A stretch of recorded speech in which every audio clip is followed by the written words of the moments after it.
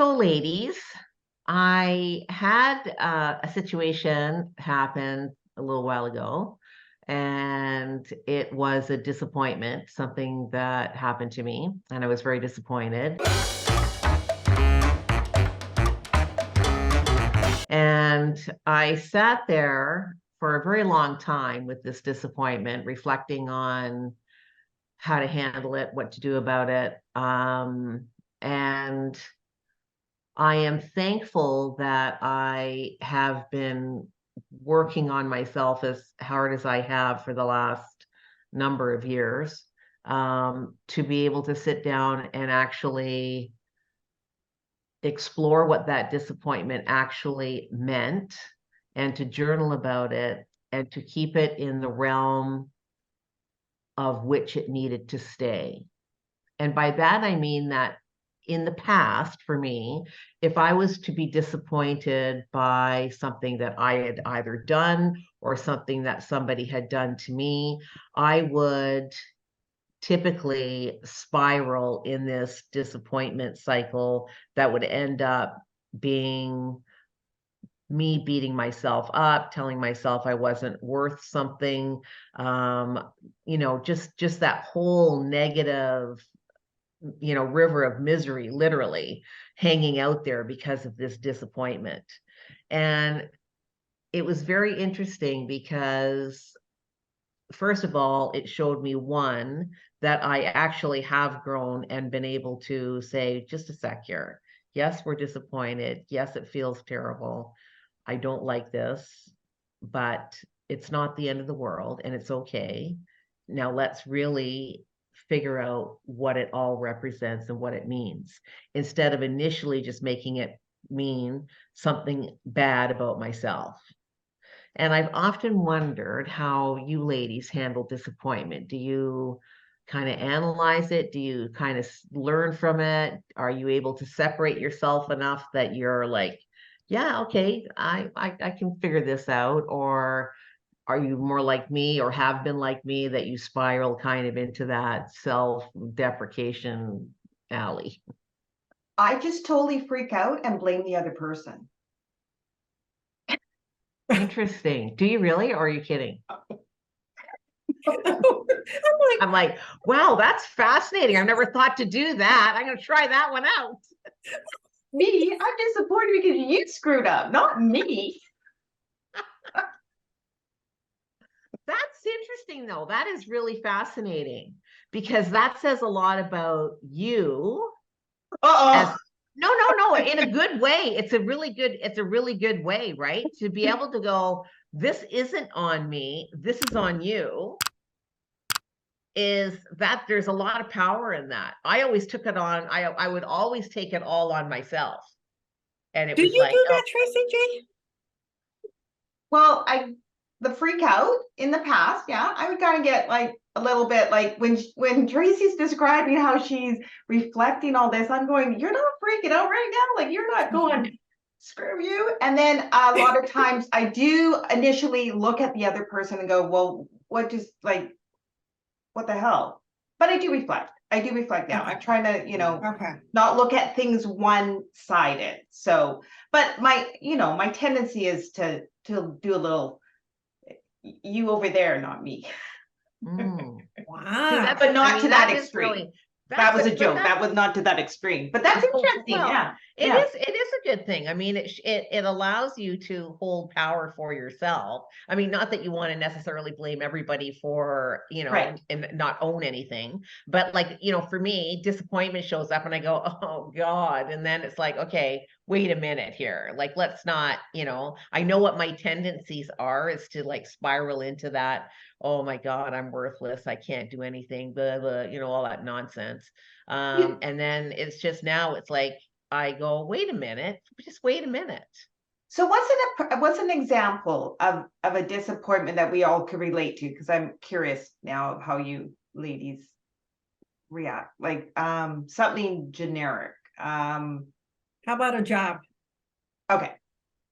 Okay. So you went for a job and you didn't get it. Yeah. And so you would right away go, I haven't heard from Michelle yet, but you would right away go, this had something to do with me. Oh, it's totally a reflection on me. I'm not good enough for the position. I'm not good enough to, I obviously am not a good fit. There's something wrong with me. I never should have gone for the job in the first place. Who do I think I am? Like that's what past Tracy would have done. Wow. Yeah. And Michelle? I'm right with her. Mm. I would have gotten mad. Okay, The so on tears my would screen, you have- just pointed to me. Oh, well, see, my screen, it's Tracy. So I'm assuming you're pointing at Tracy. Okay, Tracy, I'm a lot like her. It would have been wallowed deep, and I would have been in it for days. I would have spiraled into it. Really deep into crying, anger, upset at that person. I'm going to show them. I'm going to be better than they're going to wish.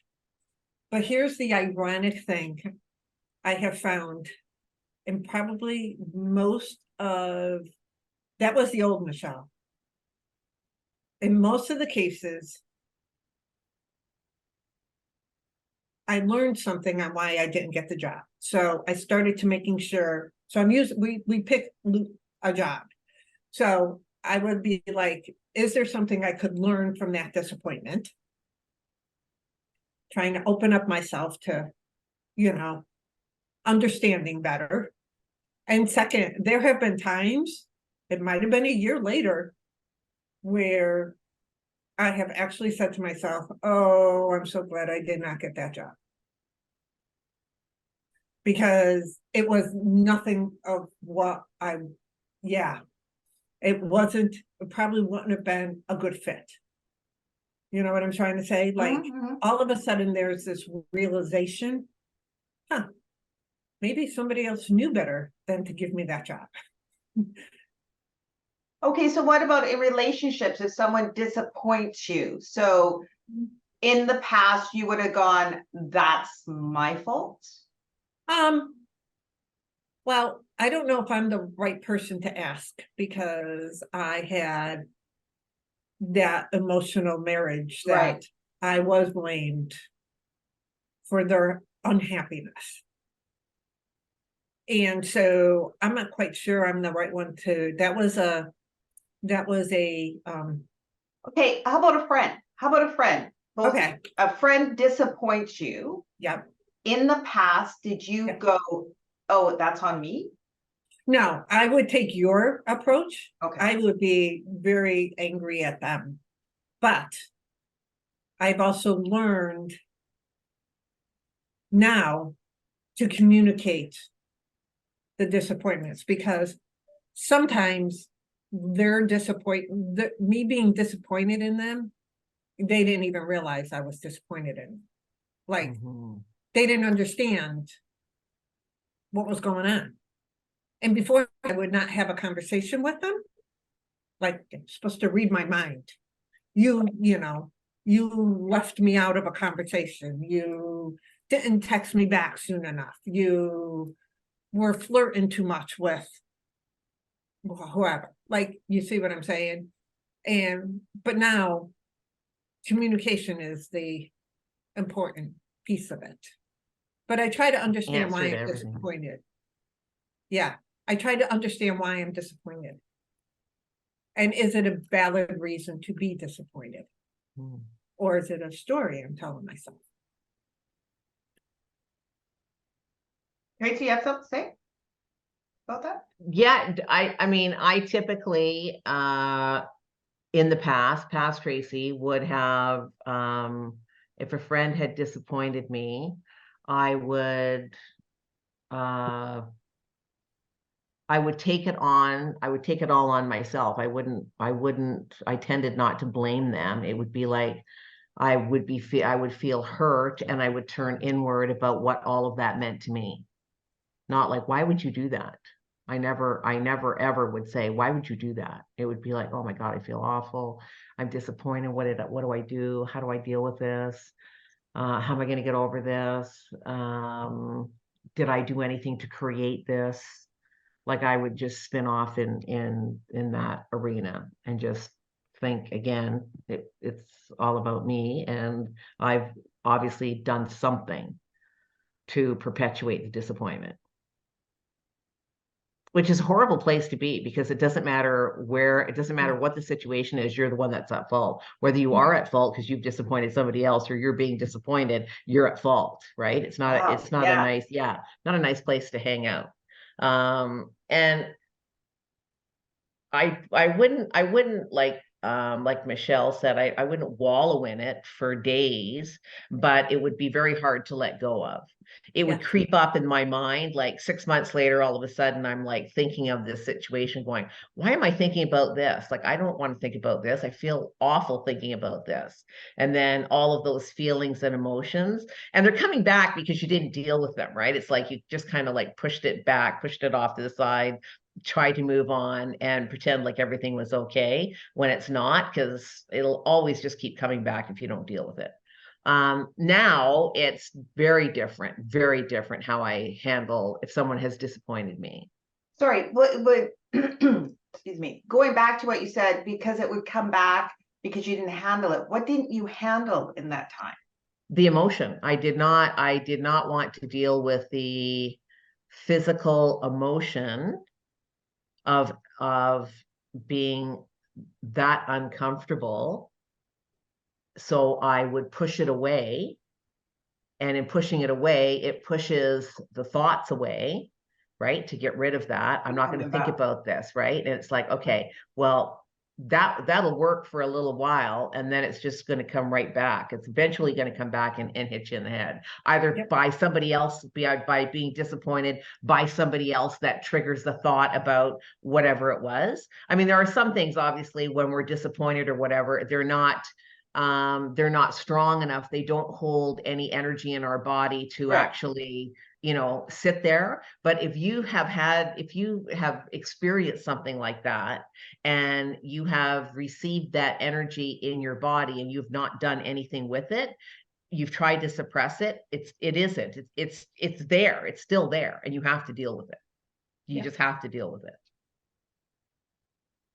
And that's probably one of the hardest lessons I've ever learned, is how to sit in that discomfort and in that emotion. It's very difficult to do. For me, it's very difficult to do. Because I mean, who wants to feel uncomfortable?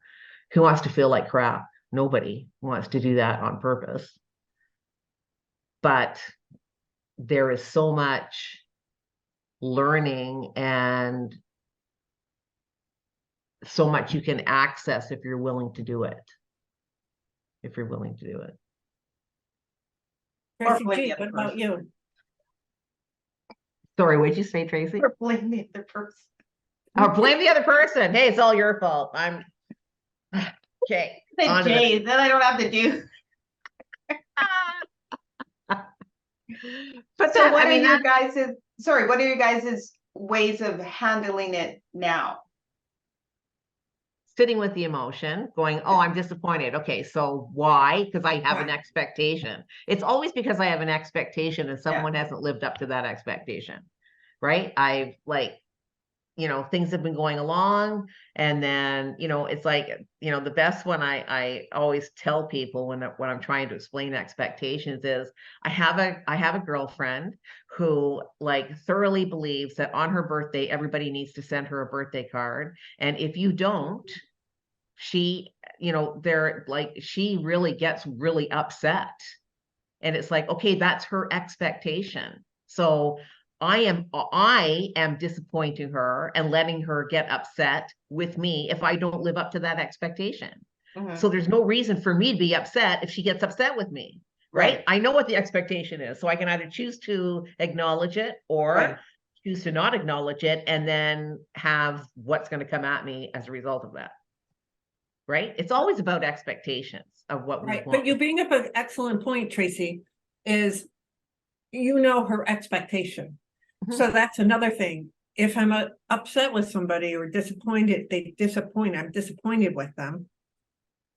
Did they even know the expectation? that I was expecting. So a couple episodes back, we did an episode on texting, and no response is a response.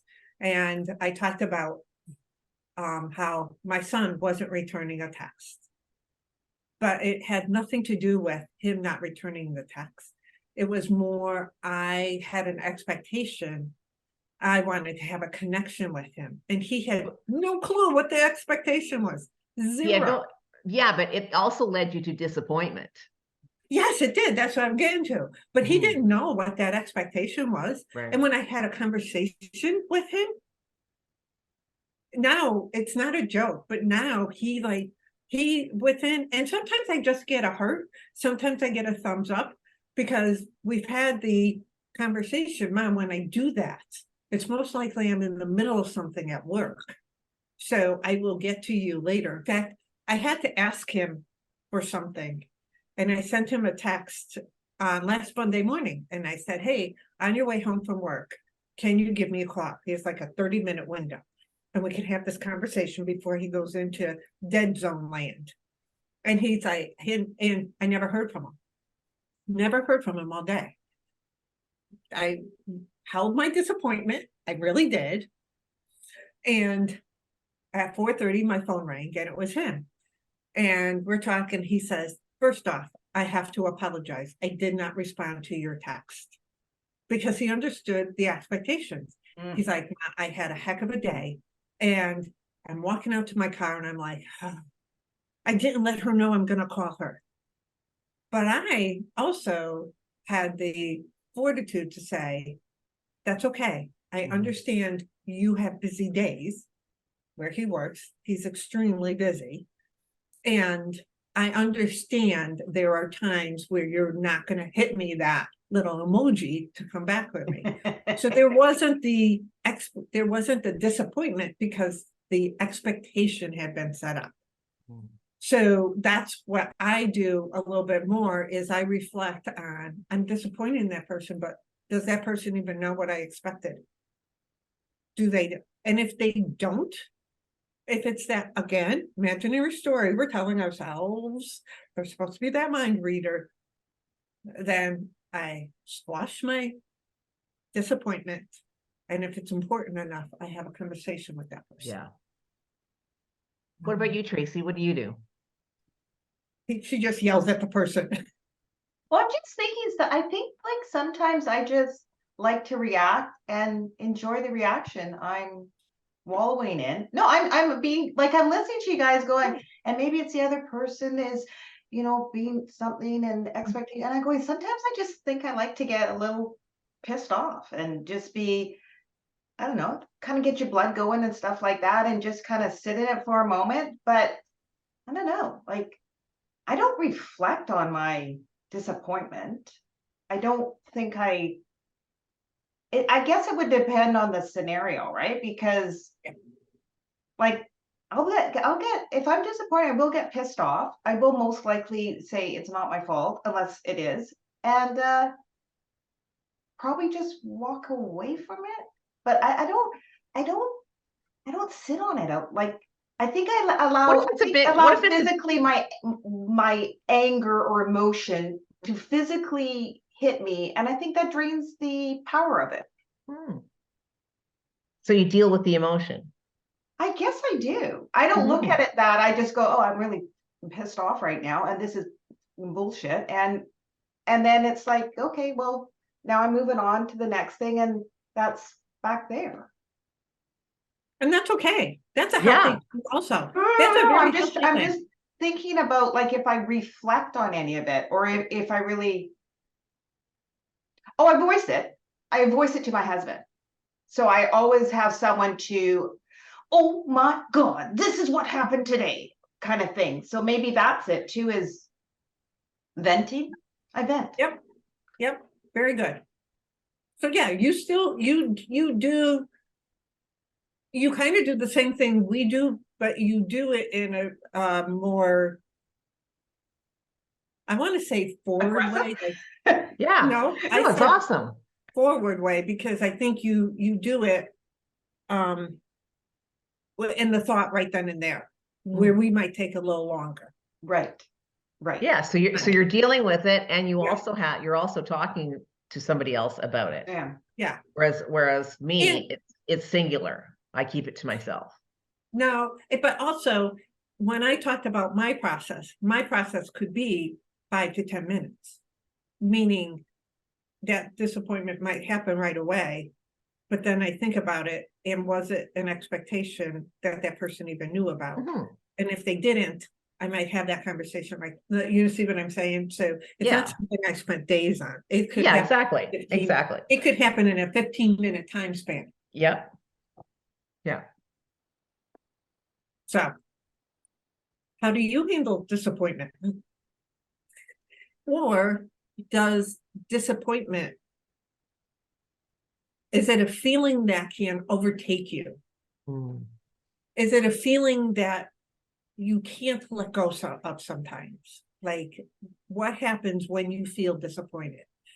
Write in the comments, let us know. We can expand further on this discussion, and maybe give you some tips on helping you work through them. As always, if you have any questions or comments, please make sure you note them below and share this episode with somebody that you feel could benefit from it, and hit that subscribe button and that notification button. Until next time, see you then. Thanks for watching, and we hope to see you as a regular member of our community.